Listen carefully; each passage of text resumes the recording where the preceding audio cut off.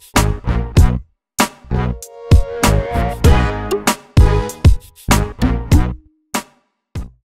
and welcome to another episode of The Daily Streak. I'm Steve DeBerry. And I'm Jay Crane. Hope you guys had a good weekend and a good Cinco de Mayo. We know you did.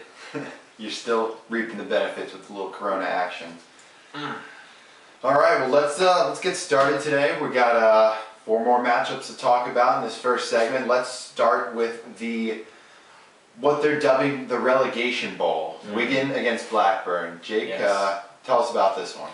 Alright, well, Wigan has been playing very, very well of late. They recently beat Newcastle 4-0. They also recently won at Arsenal, which is a big road win. Blackburn, although they have beaten Wigan 5 straight times at home, they've been sputtering a little bit lately. I think they're pretty much out of it at this point. With the draw option, Wigan is the clear pick here. They're huge Vegas favorites for the win draw. I think at least minus 210, something like that. But I think you got to go Wigan here. High confidence. Yep, I'm with you there. They've had great form as of late. They haven't fared well recently. Last 3 trips to Blackburn, they've lost all 3. But Blackburn right now has 31 points. They're sitting in second to last. Wigan has 37 points. Looks like they're going to avoid the relegation. Even if Blackburn wins out, it's going to be tough for them to get out of the bottom there. So they don't have a lot to play for. They need a small miracle. Like you said, they beat Newcastle, Arsenal, they beat United. Really, ever since they beat Liverpool on the road on March 24th, this Wigan team's been a totally different team. They definitely have not played like a team that's sitting 4th from the bottom of the table. So I like Wigan as well, and with high confidence. Right, and we better be right because we are both putting our W4s on Wigan. Yes. Okay, so Tuesday's edition will either be great or sad. Yep, we start in the morning with going with that soccer pick. So. All right, let's move on to some baseball. Primetime matchup here. Phillies win by 2 or more runs against the Mets at home. Mets would be the AOR, any other result there.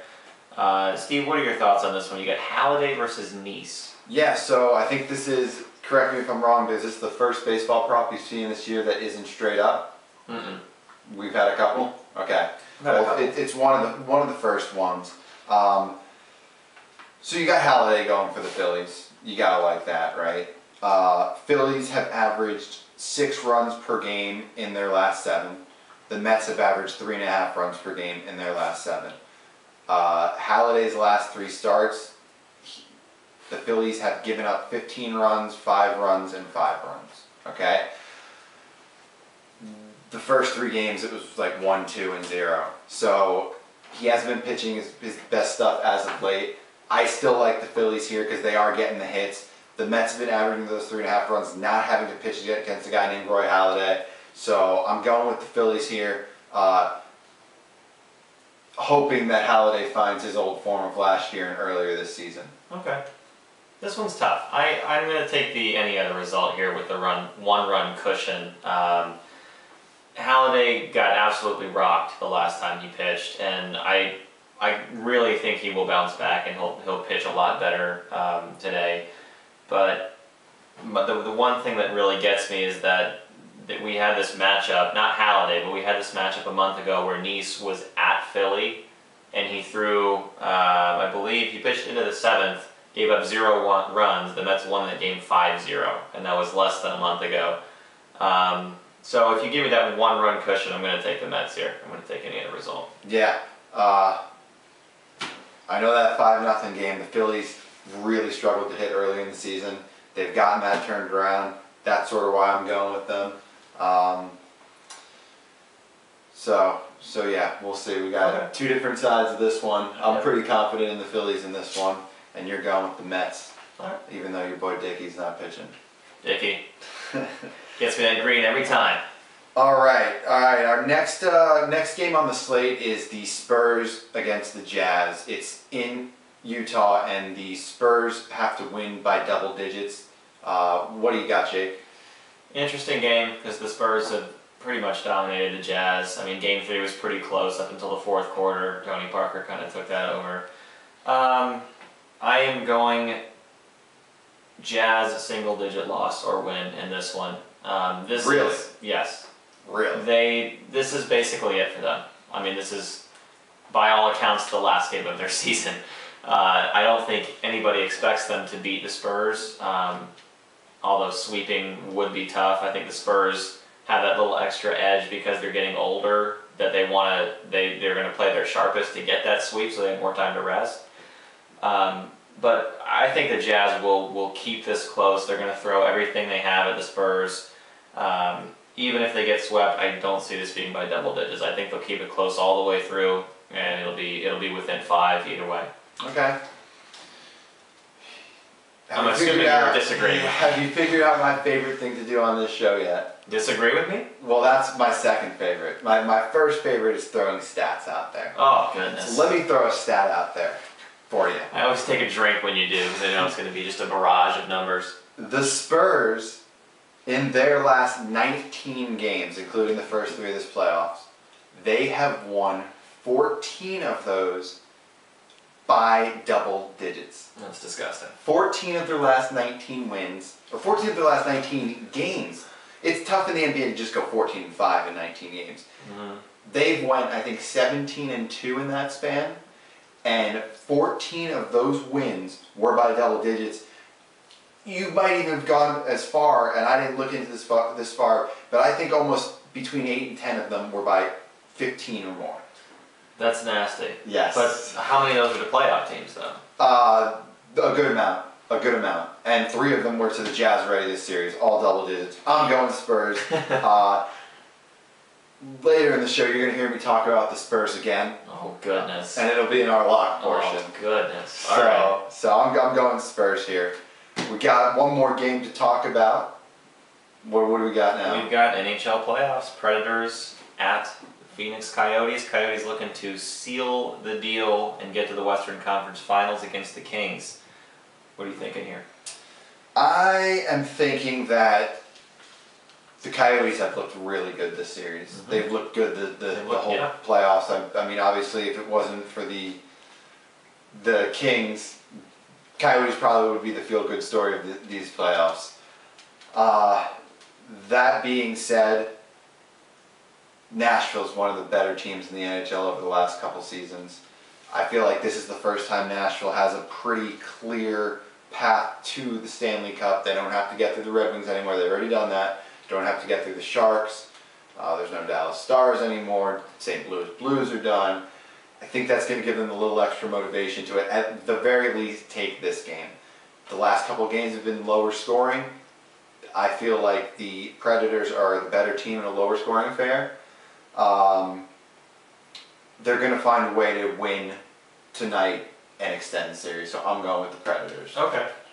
I'm going to be honest, I don't really have a good feel for this game at all. Looking at the stats, they're really even teams in almost every category. My pick is the Predators. I feel like they're going to be very, very desperate. The Coyotes have a 2-win cushion at this point. I feel like they're going to find a way to get it done.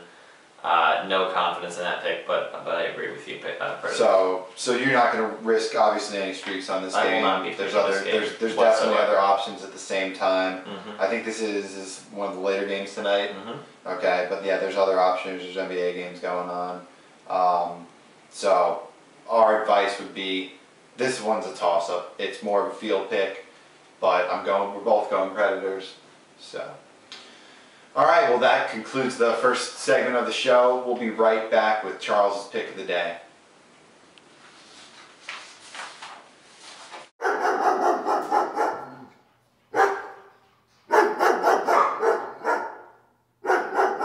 Welcome back to the Daily Streak. We're rolling right along here with Charles' pick of the day. Jake, what game will our good friend Charles be picking today? Old Charles, who has gotten off to a bit of a slow start, will be picking the Rangers-Orioles matchup. Orioles coming off that 17-inning game yesterday. Oh, all right. Well, good luck, Charles. Who do you got?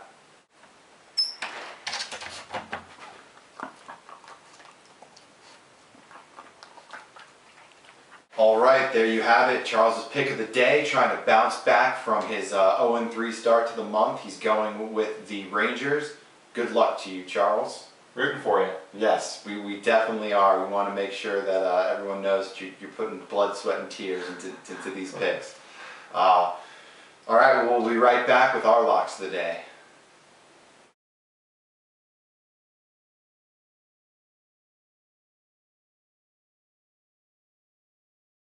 Moving into the final section of our show today, we have our locks of the day. Starting off, we have Chris's lock of the day. Chris is going with Wigan. Chris is currently, as you see from the graphic, 3-1 this month. He got the Chelsea pick right on Saturday. And he's been picking soccer pretty consistently. Soccer hooligan, that guy. I can't argue with that. Yep. I haven't had the start to my locks that I'd like. The month is young though. I'm 2-4 currently. I went with Webb and Rory yesterday, and they burned me a little bit. Let you down. They let me down, but today I'm bouncing back. We told you the stat earlier with the Spurs winning 14 of their last 19 games by double digits. I think they're going to continue to roll, and they're going to take that game by double digits against the Jazz. Spurs are my lock of the day today. All right, we'll see. We'll see. Locks have been going fairly well for me. I'm 4-2. Had a brutal loss last week with the Mariners blowing a late lead. Had one misfire with the Mavericks, otherwise I've been on point. I am going to try to continue that streak right now with an interesting prop. Okay, I'm going to dig in a little deeper here with the Phillies game. So we talked about it earlier. We got Halladay versus Nice. Both pitchers historically pitch well against the other team.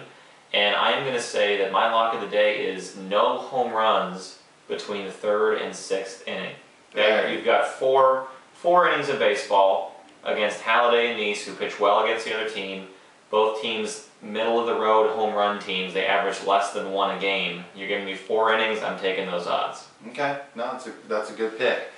Just want to let you know, going back to your earlier comment about the Mavs and the Mariners, there's no shoulda, coulda, wouldas in the streak, my friend. This is a tough, brutal game, and rips your heart out. It really does. It really does. But we hope you guys enjoyed today's show. We'll be back tomorrow morning to talk about some more matchups, some more locks. Appreciate you sticking with us, watching, and happy streaking.